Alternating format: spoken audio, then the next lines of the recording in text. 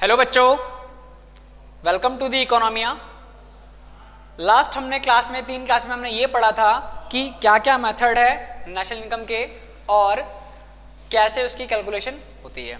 Okay, आज हम पढ़ेंगे क्वेश्चन आंसर्स या बोल सकते हैं क्वेश्चंस। हम आज सीखेंगे कैसे कैलकुलेशन करते हैं नेशनल इनकम की विद क्वेश्चंस, जो कि यहाँ पे आपके सामने है। ठीक है, तो हम स्टार्ट करते हैं आज, और मैं आपको क्या करूँगा, तीनों मेथड के एक एक क्वेश्चन करके बताऊँगा। ठीक है, तो अब यहाँ पे सबसे बड़ी चीज़ क्या है, देखिए सबसे बड़ी चीज़ ये है कि जो भी मैं आज पढ़ाऊँगा इसमें मैं आपको सिर्फ एक मेन जो मुद्दा है, ठीक है, मुद्दा समझते हैं ना आप, यानी कि मेन टॉपिक, मेन जो मुद्दा है वो ये मुद्दा है कि आपको जो मैं बताऊँगा उसमें आपको सिर्फ ये आइडेंटिफाई करना सीखना है कि हम कैसे पहचानेंगे कि कोई चीज़ अगर गिवन है तो उसमें कौन सा मेथड लगेगा।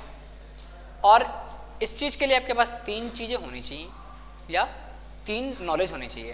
पहली नॉलेज है आपकी, आपको फॉर्मूले पता होने चाहिए। दूसरी नॉलेज है आपकी, आपने फॉर्मूले पढ़े होने चाहिए पहले, जो आपने मेथड पढ़ा है।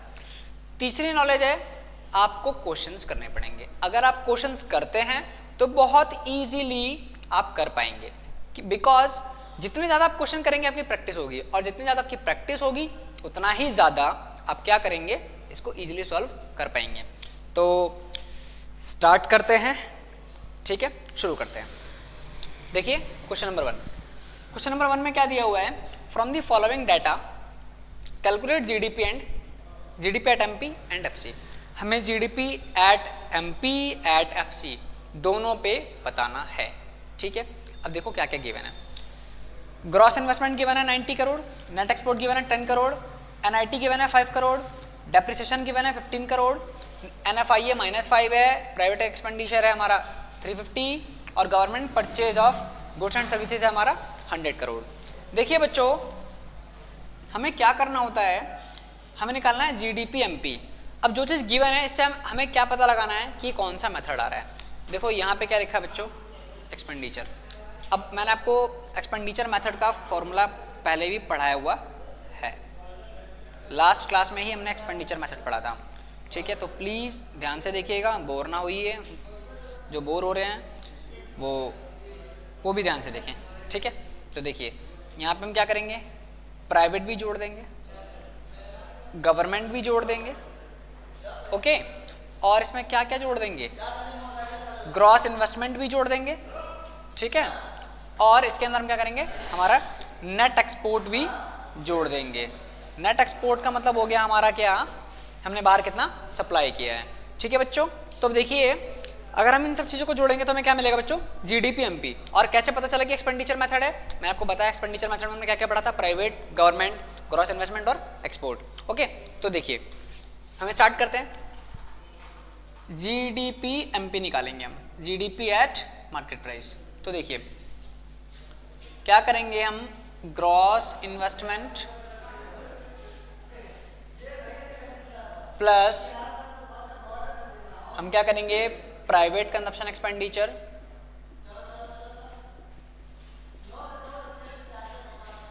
प्लस हम इसमें क्या और प्लस कर देंगे, गवर्नमेंट, जैसा कि मैंने आपको बताया था, और नेट एक्सपोर्ट। जब हम इसको प्लस करेंगे हमें मिल जाएगा क्या, जीडीपी एमपी। तो ग्रॉस इन्वेस्टमेंट देखिए कितनी है, 90 करोड़ की है, और हमारा प्राइवेट कंजप्शन एक्सपेंडिचर कितना है हमारा, 350 करोड़ का है, एंड गवर्नमेंट हमारा कितना है, 100 करोड़ है, एंड हमारा नेट एक्सपोर्ट है कितना बच्चों, 10। इन सबको प्लस कर देंगे तो आपको क्या मिल जाएगा, जीडीपी एट एमपी, यानी gross domestic product at market price. तो आइए प्लस करते हैं, 100, 350, 450, 450 एंड 90 एंड 10, यानी 450 और 100 हमारा कितना हो गया, ये 450 एंड 100 550। तो ये हमारा कितना हो गया, जीडीपी एमपी हमारा हो गया 550। अब देखो इसके बाद एक सबसे बड़ा मेन मुद्दा है। वो सबसे बड़ा मेन मुद्दा क्या है जो इस चैप्टर का है, या इस चैप्टर में या इस सवाल से आप जो सीखोगे, वो सबसे बड़ा मुद्दा है।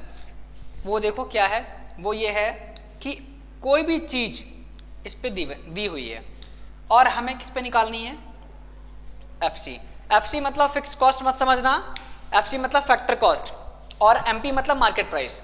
अगर कोई भी चीज मार्केट प्राइस पे गिवन है और हमें क्या करना है, एफसी पे निकालना है, तो आपने क्या करना है, हमेशा NIT माइनस कर देना है, तो आपको क्या मिल जाएगा बच्चों, FC मिल जाएगा। ठीक है, फैक्टर कॉस्ट।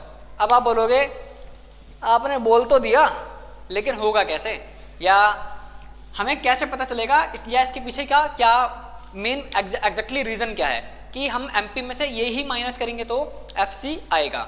तो देखो इसका मेन सबसे बड़ा फंडा ये होता है कि अभी किस चीज पे है, मार्केट प्राइस पे। और NIT देखो क्या होता है, इसको मैं एक्सप्लेन कर दूं तो NIT मैंने आपको ऑलरेडी एक्सप्लेन कर रखा है, जिसे हम बोलते हैं नेट इनडायरेक्ट टैक्स। और नेट इनडायरेक्ट टैक्स एक ऐसा टैक्स होता है जिसमें टैक्स भी इंक्लूड होता है और सब्सिडी भी इंक्लूड होती है। बट टैक्स क्या है, यूनिलैटरल पेमेंट है। अब यूनिलैटरल पेमेंट का क्या मतलब होता है, हमें वो गवर्नमेंट को पे करना है। और सब्सिडी क्या होती है, डोमेस्टिक हेल्प होती है जो गवर्नमेंट हमें क्या करती है, प्रोवाइड करती है। तो हम टैक्स को लेस करेंगे और सब्सिडी को क्या करेंगे, ऐड करेंगे, तो हमें क्या मिलेगा, NIT मिलेगा। और इस NIT को हम MP से लेस कर देंगे, यानी मार्केट की प्राइस से लेस कर देंगे। ठीक है, तो हमें क्या मिलेगा, FC मिलेगा, यानी एक्चुअल क्या उसकी, उस फैक्टर की एक्चुअल क्या कॉस्ट है।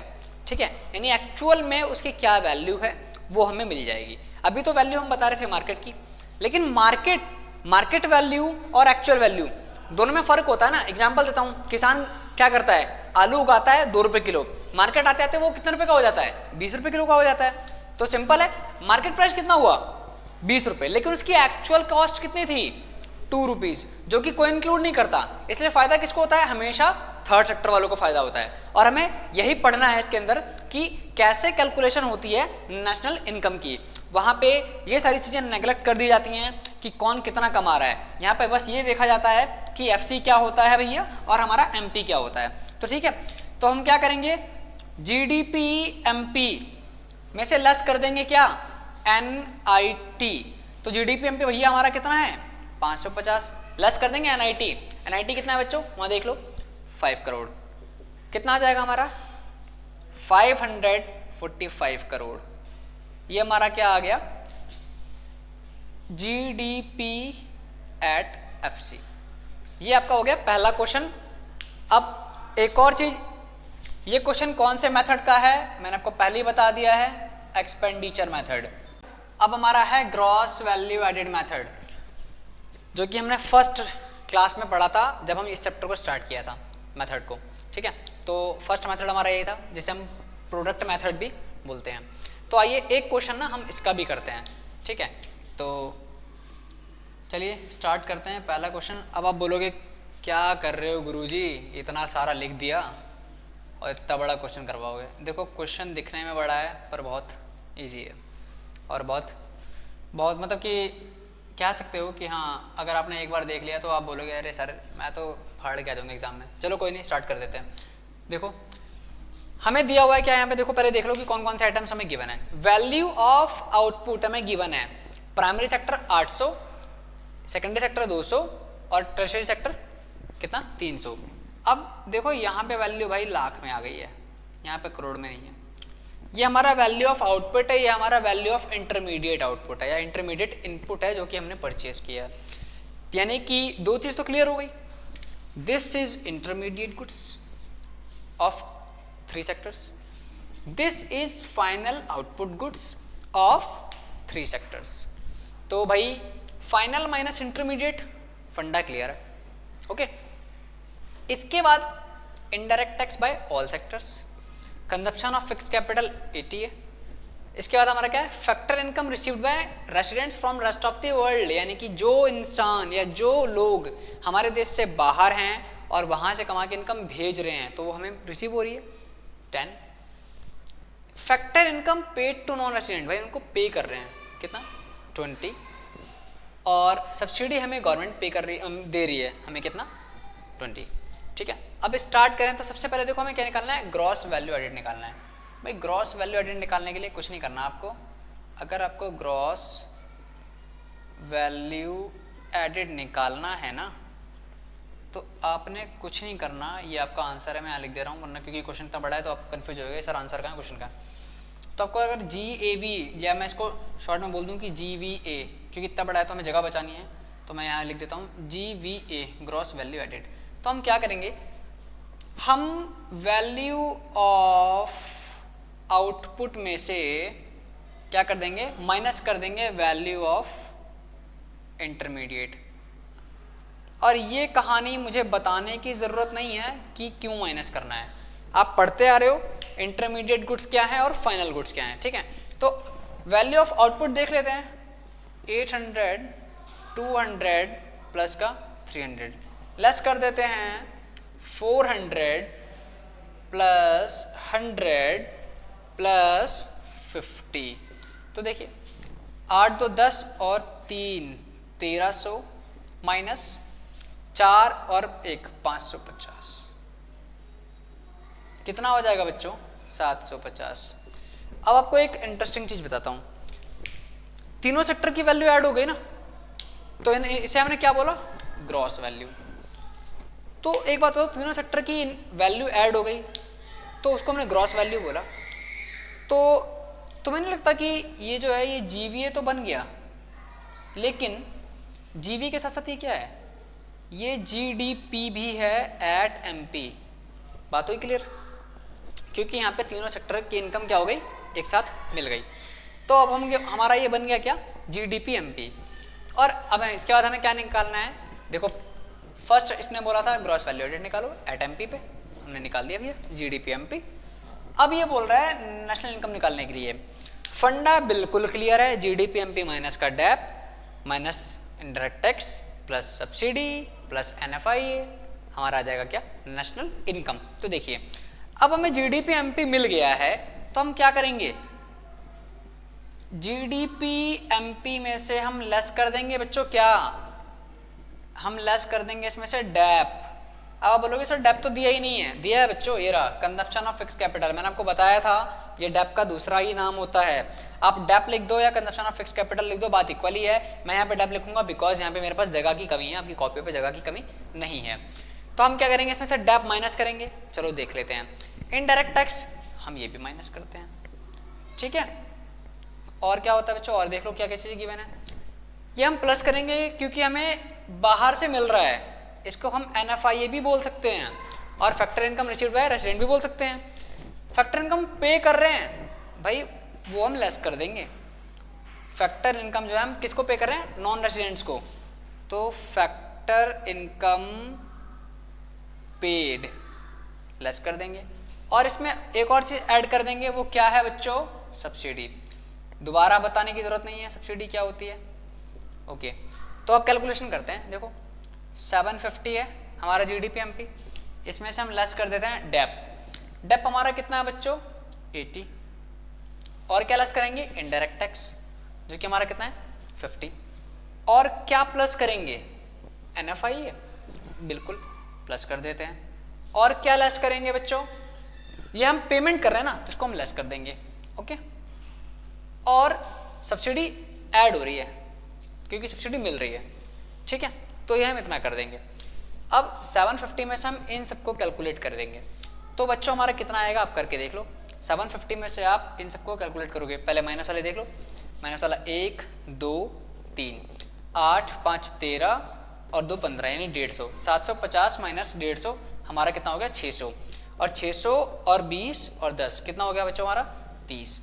तो 630 यानी 630 लाख, ये हमारा क्या हो गया बच्चों, ये हमारा हो गया NNPFC।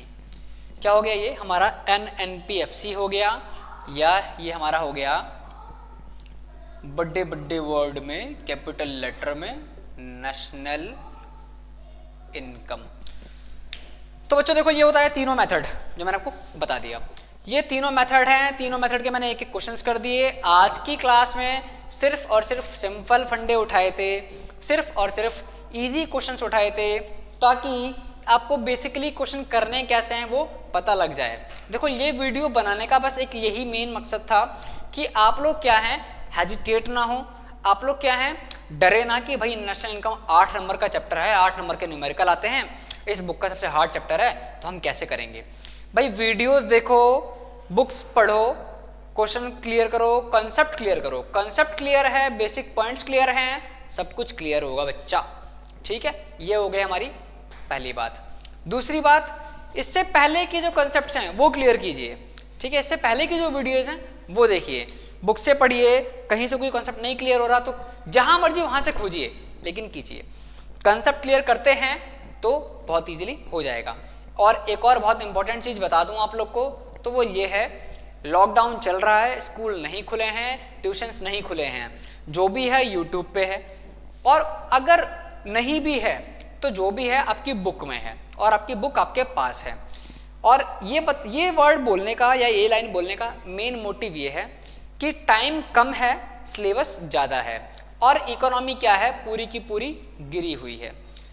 तो सिलेबस ज़्यादा है, टाइम कम है, लेकिन आपके पास वो टाइम बहुत ज़्यादा प्रीशियस है, बिकॉज आप घर पे बैठे हो, स्कूल में जितना पढ़ नहीं पाओगे उससे ज़्यादा आप घर पे पढ़ सकते हो। ये सिर्फ और सिर्फ 12th वालों को स्पेशली बोल रहा हूँ, क्योंकि उनके लिए बहुत ज़रूरी है। तो ये तीनों मेथड के मैंने क्वेश्चंस कर दिए हैं, आप इनको इन तीनों मेथड के क्वेश्चंस के बारे में देखना है, बार बार करना है। कहने का मतलब है ना, बार बार देखो, 1000 बार देखो, देखने की चीज़ है, तो ये वही चीज़ है, ये देखने की चीज़ नहीं, करने की भी चीज़ है। इसको आप लोग को इतना करना है, इतना करना है, इतना करना है, प्रैक्टिस करते जाओ, ताकि जितने भी हार्ड क्वेश्चन हैं वो बहुत ईजिली समझ में आ जाए, ठीक है। तो ये मैंने अभी आज की वीडियो में बहुत इजी क्वेश्चंस रखे थे। अब मैं नेक्स्ट वीडियो जो लेके आऊँगा उसमें हम थोड़े हार्ड क्वेश्चंस करेंगे और हार्ड लेवल पे देखेंगे कि हम कैसे सॉल्व कर सकते हैं। कोशिश करूँगा वीडियो स्लो हो, स्लो ना हो, कोशिश करूँगा कि वीडियो शॉर्ट हो। शॉर्ट इसलिए हो ताकि लंबी वीडियो में बोर ना हो। यहाँ पे देखो, मेरे ख्याल से शायद, मुझे नहीं पता कि अभी कितना, ये मुश्किल से 20 से 25 मिनट में ये तीनों जो क्वेश्चन है मैंने आपको करके बता दिए तीनों मेथड से। अगली जो वीडियो होंगी, हो सकता है कि एक क्वेश्चन में या एक वीडियो में एक ही क्वेश्चन हो, लेकिन वो क्वेश्चन दमदार होगा, क्वेश्चन अच्छा होगा और बढ़िया होगा, ठीक है। तो तब तक आप घर पे प्रैक्टिस कीजिए और बिल्कुल सेफ रहिए और पढ़ते रहिए, ठीक है। आगे मिलते हैं नेक्स्ट वीडियोस में, जिसमें हम पढ़ेंगे इसके हार्ड लेवल, ठीक है। तब तक के लिए पढ़ते रहिए, मुस्कुराते रहिए और मजे लेते रहिए। Bye bye.